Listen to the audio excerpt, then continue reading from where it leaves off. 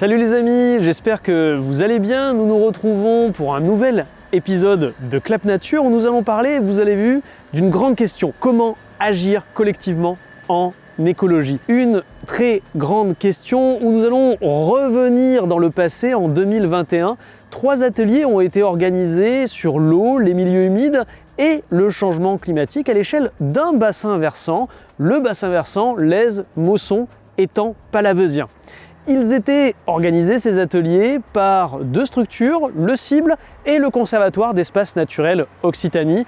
Ils ont réuni une diversité d'acteurs très importante pour travailler ensemble, pour essayer de trouver des solutions face au changement climatique. En fait, ils se sont posé une question. Quelles mesures solidaires sur le bassin versant pour son bon fonctionnement face au changement climatique? Alors comment agir collectivement en écologie? Les réponses à ces questions en prenant un exemple, c'est tout de suite.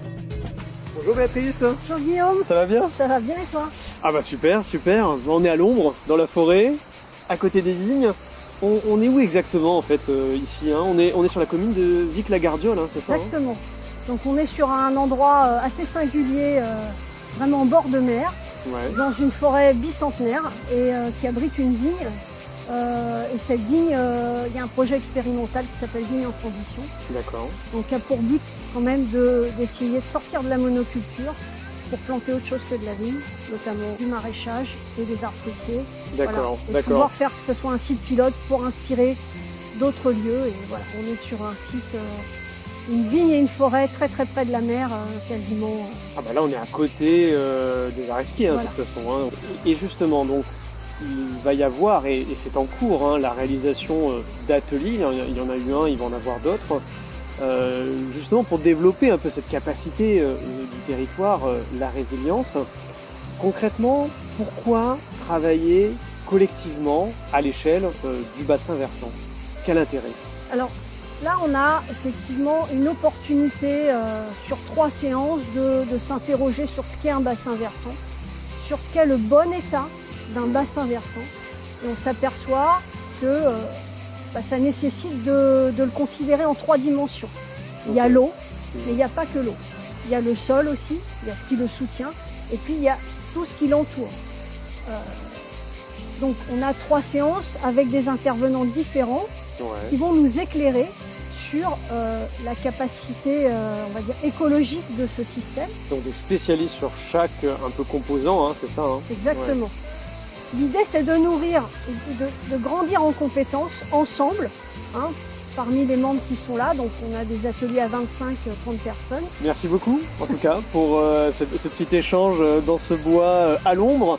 Nous on va retrouver Madame la maire de Villeneuve-les-Maguelones. Je crois qu'elle a participé au premier atelier, hein, c'est ça, et elle va participer. Une belle participation. Belle participation, on sent que c'est une maire engagée.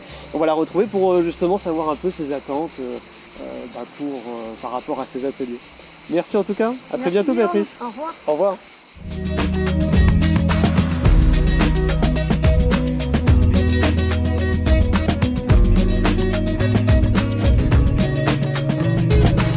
Bonjour Véronique. Bonjour, Ça va bien? ça va très bien, merci et vous? Eh ben ça va, très très bien. On est dans un lieu magnifique là. Bien Les sûr. salines, hein, c'est ça, de Villeneuve-les-Maguelones? Si vous voulez pas froisser les Villeneuvois, dites plutôt les Salins. s'il vous Ah plaît. d'accord, d'accord. Bon, on va dire les salins alors, Voilà. attention. C'est donc, mieux. Donc on est au salin de Villeneuve-les-Maguelones et on va parler un peu des ateliers, donc ces célèbres ateliers. On a vu avec Béatrice justement un peu comment ça se faisait concrètement. Mhm. Et peut-être pour commencer du début, par rapport au changement climatique, quels sont un peu les enjeux au niveau de la commune de Au niveau de la commune de Oui. Villeneuve, oui, Villeneuve, tout à ouais. fait. Alors je commencerai par parler des inondations par débordement de cours d'eau, par les crues de la Mausson. Ces crues sont liées au fait que les pluies sont de plus en plus intenses, localisées et inattendues. D'accord. Ensuite, on peut évoquer la problématique des assecs de nos zones humides, comme ici. Ces assecs sont liés à la sécheresse. Eh oui, tout simplement. changement climatique, Voilà. plus de sécheresse. Voilà, exactement. Ensuite, on peut parler aussi de la hausse de la salinité des étangs qui sont plus loin, qu'on ne voit pas là. D'accord. Cette hausse de salinité est due au fait que la température de l'eau monte et il y a plus d'évaporation. Donc c'est pas très bon pour la biodiversité. Pas du tout, pas du tout bon. Là, on n'est pas bon. Ensuite, autre problématique sur notre territoire, c'est l'érosion du trait de côte et la submersion marine, qui sont dues à la montée du niveau de la mer, mais surtout à la multiplication des coups de mer. C'est quoi un coup de mer? Alors un coup de mer, c'est des tempêtes qui font que les vagues sont plus violentes et vont plus loin sur la plage. D'accord, ok. Voilà. Okay. Et alors dans ce contexte de changement climatique et par rapport à ce que vous avez évoqué, quels sont un peu les intérêts justement d'un travail collectif à l'échelle justement du bassin versant? Alors c'est un travail qui permet de réguler l'eau dans sa quantité et bien sûr dans sa qualité de la source aux lagunes, les étangs. En fait, plus précisément, c'est un travail qui permet de lisser la quantité d'eau provenant des cours d'eau. Par exemple, en faisant des travaux d'entretien sur les cours d'eau pour limiter les embâcles, en développant les zones d'expansion de crues et les zones humides. En fait, ces actions permettent à la fois de diminuer le risque d'inondation, mais aussi de constituer des réserves d'eau. Ah oui, d'accord. Oui, donc ça, c'est important. L'eau est retenue en fait dans le sol. Oui, ce qui permet d'éviter justement les inondations. Oui, puis aussi d'avoir de l'eau à un moment donné, sinon l'eau s'en va directement dans les étangs, dans la mer. Oui, bien sûr.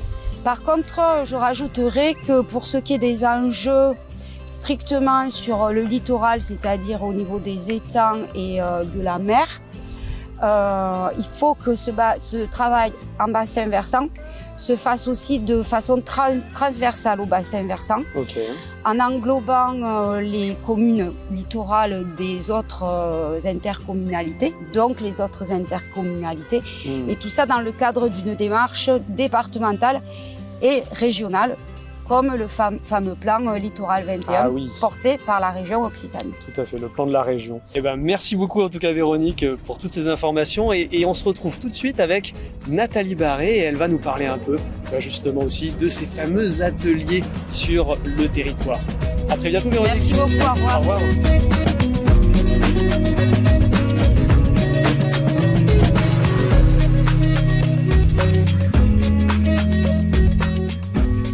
Nathalie, en quoi consiste le pôle relais lagune méditerranéenne? Alors comme les 5 autres pôles relais zones humides en France, nous avons des missions vraiment de passerelle entre les acteurs et de transfert de savoir et de savoir-faire.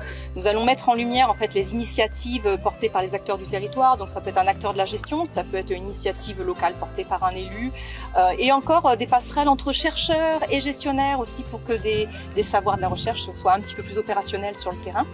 Donc nous créons en fait des rencontres, des ateliers, des formations, on accompagne en fait les gens pour la montée des compétences en fait de ces personnes. Donc notre rôle est multiple et nous créons des synergies en fait entre ces différents acteurs en créant des instances de dialogue différentes de celles qu'ils emploient habituellement. Donc pour ce reportage, on a rencontré différents acteurs dans le cadre des ateliers. Et la question qu'on peut se poser, c'est justement ce cadre. Dans quel cadre s'inscrivent ces ateliers? Alors ce sont des ateliers qui portent sur un bassin versant, celui du Lèze, de la Mosson et des étangs palavasiens. Et en fait, on a un schéma d'aménagement de gestion des eaux porté par un établissement public qui s'appelle le CIBL et qui est en fait co-organisateur de ces ateliers avec nous. Donc à côté, on a nos partenaires financiers qui nous soutiennent dans cette démarche, tels que l'Agence de l'eau, la région Occitanie et l'État au travers de l'Adréal. Et c'est en fait que les personnes en fait de la commission locale de l'eau, les représentants d'usagers, les élus, les techniciens de services publics, que nous organisons en fait ces rencontres. On va faire converger en fait la vision des gens vers une vision commune sur le bon fonctionnement en fait d'un bassin versant et les mesures solidaires qu'il faudrait mettre en place pour maintenir un bon état de fonctionnement face à l'enjeu climatique. Et pour finir, dans le cadre du pôle Relais Lagune méditerranéenne, est-ce qu'il va y avoir d'autres ateliers, peut-être avec d'autres communes?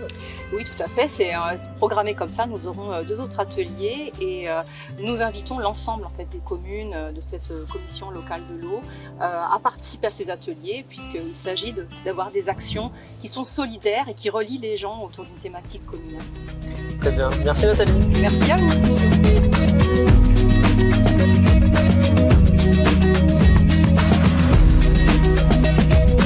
Merci d'avoir suivi cet épisode. La biodiversité, cela nous concerne tous.